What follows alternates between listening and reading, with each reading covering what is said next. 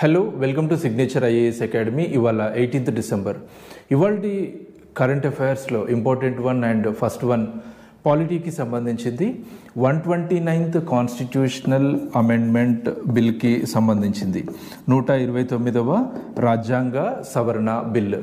129th constitutional amendment బిల్ని నిన్న కేంద్ర న్యాయశాఖ మంత్రి అర్జున్ మేఘవాల్ గారు లోక్సభలో ఇంట్రడ్యూస్ చేశారు. ఈ బిల్కి సంబంధించినటువంటి డీటెయిల్స్ డిస్కస్ చేస్తాము, అట్లాగే ఇతర కరెంట్ అఫైర్స్ కూడా డిస్కస్ చేస్తాము. దీనికి సంబంధించినటువంటి పీడిఎఫ్ని మీరు signature IAS academy Telegram channel ద్వారా డౌన్లోడ్ చేసుకోవచ్చు. Signature IAS academy Telegram channel link ఈ వీడియో డిస్క్రిప్షన్లో ఉంది. Okay, 129th constitutional amendment bill. 129th constitutional amendment బిల్ని లోక్సభలో ఇంట్రడ్యూస్ చేశారు అన్నాము. ఇది కాన్స్టిట్యూషనల్ అమెండ్మెంట్ బిల్ కాబట్టి లోక్సభలో అయినా ఇంట్రడ్యూస్ చేయొచ్చు, అట్లాగే రాజ్యసభలో అయినా ఇంట్రడ్యూస్ చేయొచ్చు. ఎందుకంటే మనకి కొన్ని స్పెసిఫిక్ బిల్స్ని కేవలం లోక్సభలో మాత్రమే ప్రవేశపెట్టగలుగుతాం. ఫర్ ఎగ్జాంపుల్, ముందుగా మనీ బిల్స్ని ఫస్ట్ లోక్సభలోనే ఇంట్రడ్యూస్ చేయాల్సి ఉంటుంది. కానీ ఇక్కడ కాన్స్టిట్యూషనల్ అమెండ్మెంట్ బిల్ రాజ్యాంగ సవరణ బిల్ కాబట్టి లోక్సభలో అయినా ఇంట్రడ్యూస్ చేయొచ్చు, అట్లాగే రాజ్యసభలో అయినా ఇంట్రడ్యూస్ చేయొచ్చు. రెండో విషయము, ఈ బిల్ని ఇంట్రడ్యూస్ చేసే టైంలో ఓటింగ్ జరిగింది. ఈ ఓటింగ్లో భాగంగా ఒక పాయింట్ గుర్తుంచుకోవాలి. కాన్స్టిట్యూషనల్ అమెండ్మెంట్ బిల్ని ఇంట్రడ్యూస్ చేయడానికి, సభలో ప్రవేశపెట్టడానికి సింపుల్ మెజారిటీ సరిపోతుంది. I'm talking about the introduction of the bill. బిల్లుని ప్రవేశపెట్టడానికి సింపుల్ మెజారిటీ సరిపోతుంది. బిల్ని అప్రూవ్ చేయడానికి, ఆమోదించడానికి స్పెషల్ మెజారిటీ అవసరం అవుతుంది. రైట్? అట్లాగే ఈ బిల్ని జాయింట్ పార్లమెంటరీ కమిటీకి రెఫర్ చేశారు. జాయింట్ పార్లమెంటరీ కమిటీ, సంయుక్త పార్లమెంటరీ కమిటీ. సో ఏ బిల్ అయినా మనకి కమిటీలకి రెఫర్ చేయడం అనేది మనకున్నటువంటి శాసన నిర్మాణ ప్రక్రియ, లా మేకింగ్ ప్రొసీజర్లో ఇదొక భాగం. కానీ ఏ బిల్లునైనా జాయింట్ పార్లమెంటరీ కమిటీకి పంపించవచ్చా? రాజ్యాంగ సవరణ బిల్లుని జాయింట్ పార్లమెంటరీ కమిటీకి నివేదించవచ్చా? ఈ న్యూస్ ద్వారా మనకు తెలుస్తుంది, ఆబ్వియస్గా రాజ్యాంగ సవరణ బిల్లులను కూడా జాయింట్ పార్లమెంటరీ కమిటీకి రెఫర్ చేసేటువంటి అవకాశం ఉంది. ఏదైనా బిల్లుని జాయింట్ పార్లమెంటరీ కమిటీకి రెఫర్ చేయకూడదా? చేయలేమా? ఎస్, మనీ బిల్ని జాయింట్ పార్లమెంటరీ కమిటీకి రెఫర్ చేయలేము. ఓకే, అసలు 129th కాన్స్టిట్యూషనల్ అమెండ్మెంట్ బిల్ని యూనియన్ గవర్నమెంట్ ఎందుకు ఇంట్రడ్యూస్ చేసింది? అసలు రాజ్యాంగాన్ని ఎందుకు సవరించాలనుకుంటుంది? ఎందుకు అమెండ్ చేయాలనుకుంటుంది? రాజ్యాంగాన్ని ఎందుకు అమెండ్ చేయాలనుకుంటుంది అంటే, మనకి దేశంలో యూనియన్ లెజిస్లేచర్, పార్లమెంట్లోని లోవర్ హౌస్ లోక్సభ, అట్లాగే రాష్ట్రాల శాసనసభలకి ఏకకాలంలో ఒకేసారి లోక్సభకి, శాసనసభలకి ఎలక్షన్స్ కండక్ట్ చేసే విధంగా మన రాజ్యాంగాన్ని మార్చాలి, ఆ విధమైనటువంటి ప్రక్రియని మనము ఇంట్రడ్యూస్ చేయాలి అనేది కేంద్ర ప్రభుత్వం యొక్క యోచన. దీనికి సంబంధించి దేశంలో దీన్ని సైమల్టేనియస్ పోల్స్ అంటున్నాము, వన్ నేషన్ వన్ ఎలక్షన్ అంటున్నాము, జమిలీ ఎన్నిక అంటున్నాము, ఏకకాలిక ఎన్నికలు అంటున్నాము.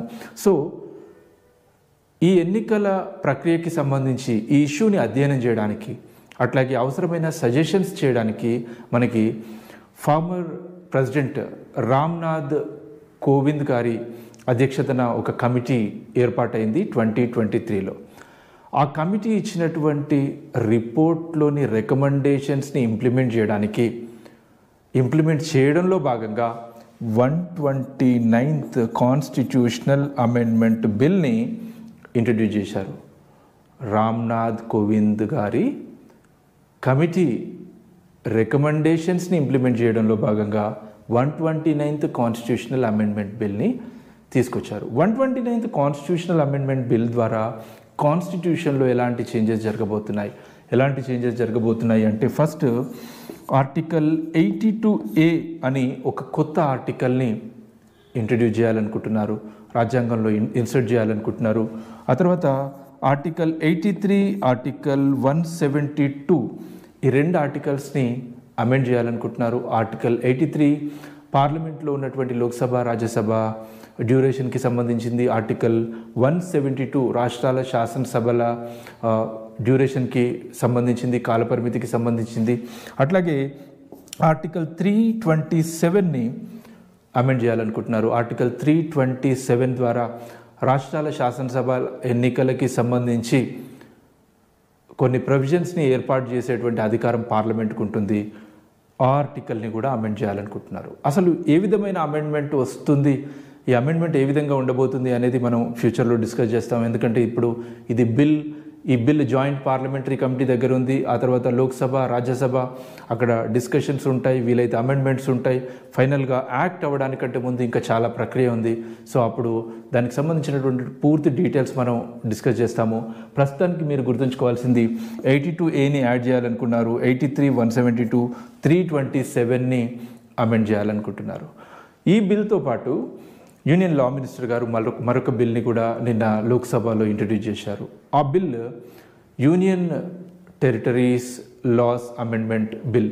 ఈ బిల్ దేనికి సంబంధించింది అంటే, కేంద్రపాలిత ప్రాంతాలు అయి ఉండి కూడా శాసనసభలు కలిగి ఉన్నటువంటి కేంద్రపాలిత ప్రాంతాలు ఢిల్లీ, పుదుచ్చేరి, జమ్మూ అండ్ కాశ్మీర్, వీటి శాసనసభలకి కూడా లోక్సభతో పాటు ఎన్నికలు జరిగే విధంగా ఆ చట్టంలో మార్పులు చేయడానికి సంబంధించి, ఆయా చట్టాల్లో మార్పులు చేయడానికి సంబంధించి union territories laws amendment bill 2024ని ఇంట్రడ్యూస్ చేశారు. Okay, next topic Radhakrishnan committee రిపోర్ట్కి సంబంధించింది. నెక్స్ట్ టాపిక్ రాధాకృష్ణన్ కమిటీ రిపోర్ట్కి సంబంధించింది. రాధాకృష్ణన్ కమిటీ దేనికి సంబంధించింది అంటే, రాధాకృష్ణన్ కమిటీ మనకి హయ్యర్ ఎడ్యుకేషనల్ ఇన్స్టిట్యూషన్లో అడ్మిషన్స్కి సంబంధించి ఆ మధ్యన ఎంట్రన్స్ ఎగ్జామినేషన్ రిలేటెడ్గా క్వశ్చన్ పేపర్స్ లీక్ అయినటువంటి వార్తలు, క్వశ్చన్ పేపర్స్ లీక్ అయినటువంటి ఉదంతం దేశం మొత్తాన్ని ఆలోచింపజేసింది.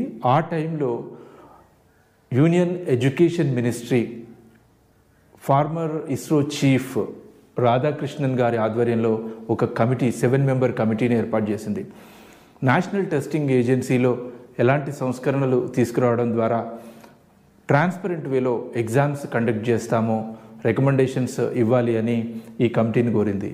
ఈ కమిటీ రీసెంట్గా యూనియన్ ఎడ్యుకేషన్ మినిస్ట్రీకి రిపోర్ట్ని సబ్మిట్ చేసింది. ఈ రిపోర్ట్లో ఉన్నటువంటి ఒక ఇంపార్టెంట్ రికమెండేషన్ ఏంటి అంటే, NTA నేషనల్ టెస్టింగ్ ఏజెన్సీని రీస్ట్రక్చర్ చేయాలి, పునర్వ్యవస్థీకరించాలి అనేది ఈ రాధాకృష్ణన్ కమిటీలో ఉన్నటువంటి ఇంపార్టెంట్ రికమెండేషన్.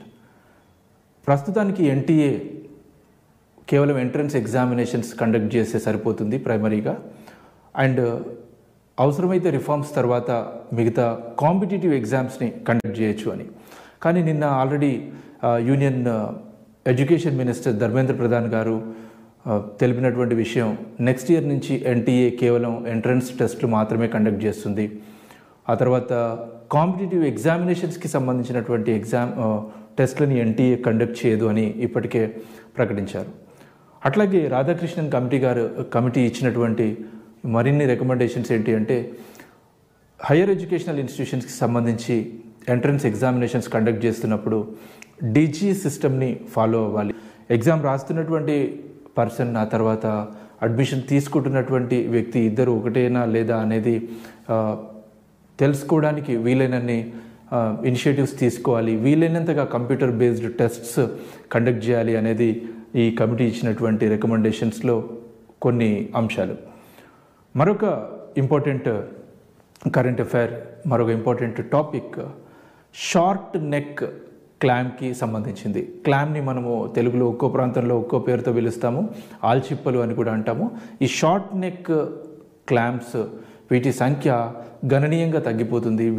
వీటి పాపులేషన్ పెంచడం కోసం మన Indian council for agriculture research, ఆ తర్వాత central marine fisheries research institution, ఈ రెండు కలిసి ఒక ఇంపార్టెంట్ ఇనిషియేటివ్ తీసుకున్నాయి. Central institute marine fisheries research institute అందులో అభివృద్ధి చేసినటువంటి షార్ట్ నెక్ క్లామ్ సీడ్స్ని కేరళలోని అష్టముడి లేక్లో రిలీజ్ చేశారు. దాదాపు 3 మిలియన్ ఈ సీడ్స్ని రిలీజ్ చేశారు. దీనివల్ల వీటి పాపులేషన్ మళ్ళీ పెరుగుతుంది. మనకి ప్రధాన మంత్రి మత్స్య సంపద యోజన ఆ ప్రోగ్రాంలో భాగంగా ఈ ఇనిషియేటివ్ తీసుకున్నారు. ప్రధాన మంత్రి మత్స్య సంపద యోజన మత్స్యకారుల యొక్క సాధికారతకి సంబంధించింది, ఎంపవర్మెంట్కి సంబంధించింది. అట్లాగే తీర ప్రాంతాల్లో వీటి యొక్క ఎక్స్పోర్ట్ పెంచడము, దాంతోపాటు మెరైన్ ఈకోసిస్టమ్ని కాపాడము, ఇవన్నింటికి సంబంధించింది ప్రధానమంత్రి మత్స్య సంపద యోజన. ఆ స్కీమ్లో భాగంగానే ఈ ఇనిషియేటివ్ తీసుకున్నారు. ఈ టాపిక్స్కి సంబంధించినటువంటి పీడిఎఫ్ని మీరు signature IAS academy Telegram channel ద్వారా డౌన్లోడ్ చేసుకోవచ్చు. టెలిగ్రామ్ ఛానల్ లింక్ ఈ వీడియో డిస్క్రిప్షన్ బాక్స్లో ఉంది. నెక్స్ట్ డే కరెంట్ అఫైర్స్తో మళ్ళీ కలుద్దాం. Thank you.